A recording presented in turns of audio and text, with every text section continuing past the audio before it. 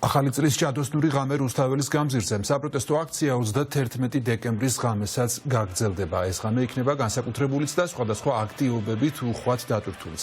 უცვლელია მოთხოვნები, ახალი არჩევნების დანიშვნა და რეჟიმის უკანონო პოლიტიკური პატიმრების გათავისუფლება.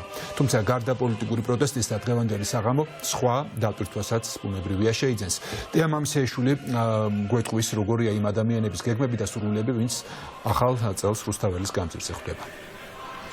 დღეს ახალი წელი დგება, ქართველი ხალხი კი ახალ პოლიტიკურ წელს ითხოვს, ამიტომაც აუცილებელია დღეს ყველას რუსთაველის გამზირზე დგომა და ჩვენი რესპონდენტები და ზოგადად ის ადამიანები, რომლებიც 33 დღეა დედაქალაქის მთავარ მონაკვეთზე განაგრძობენ მიტინგს, ამბობენ, რომ აუცილებელი და სიმბოლური დატვირთვა აქვს დღევანდელ შეხვედრას და შეკრებას. ერთის მხრივ ჩვენ უნდა შევხვდეთ ახალ 2025 წელს, ხოლო მეორეს მხრივ კიდევ ერთხელ გავაჟღეროთ მოთხოვნები, რა ნაწილშიც აბსოლუტურად ერთსულოვანია ჩვენი მოქალაქეების აბსოლუტური უმრავლესობა და ამიტომაც დღეს ჩვენ ისევ უნდა დავინახოთ ერთმანეთი, ისევ უნდა გავიხსენოთ ერთმანეთი, ამიტომ უცვლელია დრო.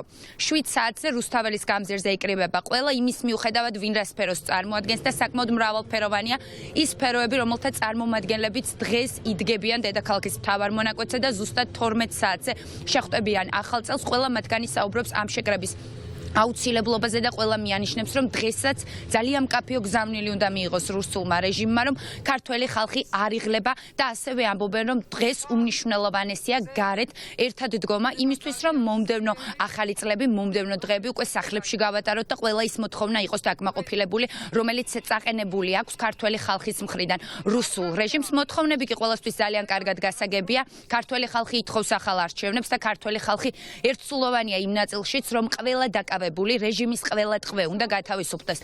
სხვათა შორის მნიშვნელოვანია ისიც, რომ დღეს შეკრება არ იქნება მხოლოდ და მხოლოდ დედაქალაქის მთავარ გამზირზე.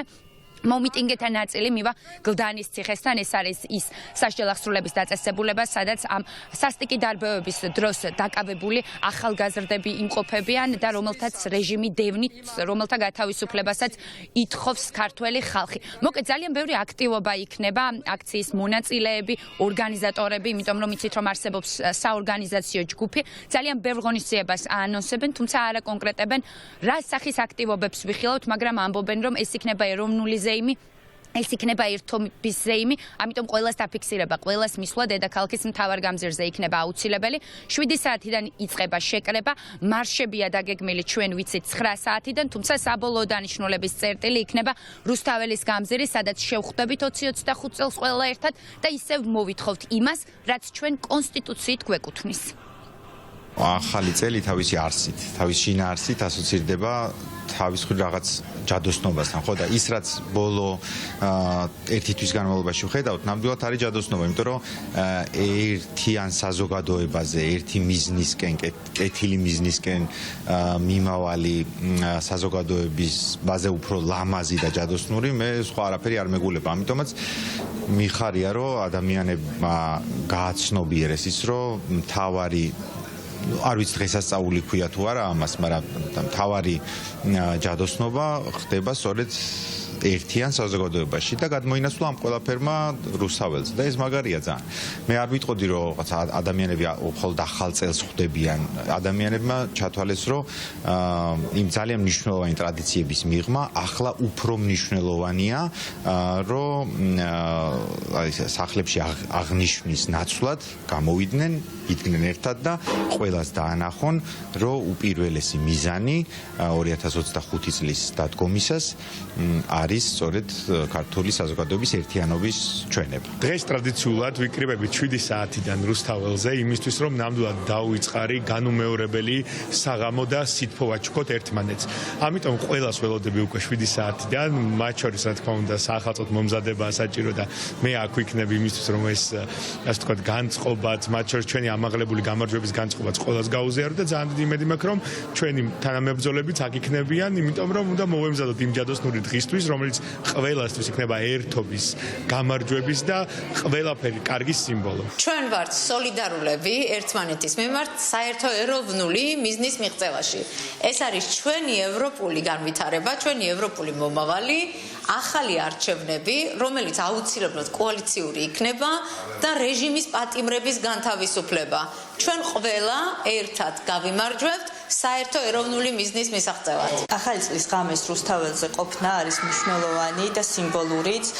მნიშვნელოვანი იმიტომ, რომ ერთმანეთსაც და სრულიად მსოფლიოს კიდევ ერთხელ დავანახოთ ერთობა ქართველი ხალხის, რომელიც მიდის მიზნისკენ, გამარჯვებისკენ და ამ ქვეყნის გაძლიერებისკენ. დღეს მგონია, რომ ჩვენ დამოუკიდებლობის ისტორიაში არის და დგება ყველაზე სახალხო ახალი წელი, რომელსაც ყველანი ერთად ხვდებით რუსთაველის გამზირზე. მიმაჩნია, რომ ამის ერთ-ერთი მთავარი განმაპირობებელი მათ შორის არის ის სოლიდარობის განცდა, რომელიც უნდა გქონდეს იმ ადამიანების მიმართ, რომლებიც უსამართლოდ დღეს ხედან სხვადასხვა საპატიმრო დაწესებულებაში ახალგაზრდა ადამიანები, რომელთა მშობლების უმეტესი ნაწილიც არის ემიგრაციაში და დღეს ძალიან ბევრ ჩვენს თანამებრძოლს არ აქვს ის განწყობა ახალი წლისთვის, რაც უნდა გქონდეს. არც ჩვენ, მაგრამ მნიშვნელოვანია, რომ ერთმანეთს დავანახოთ, რომ ვართ ბევრნი, ვართ ერთიანები.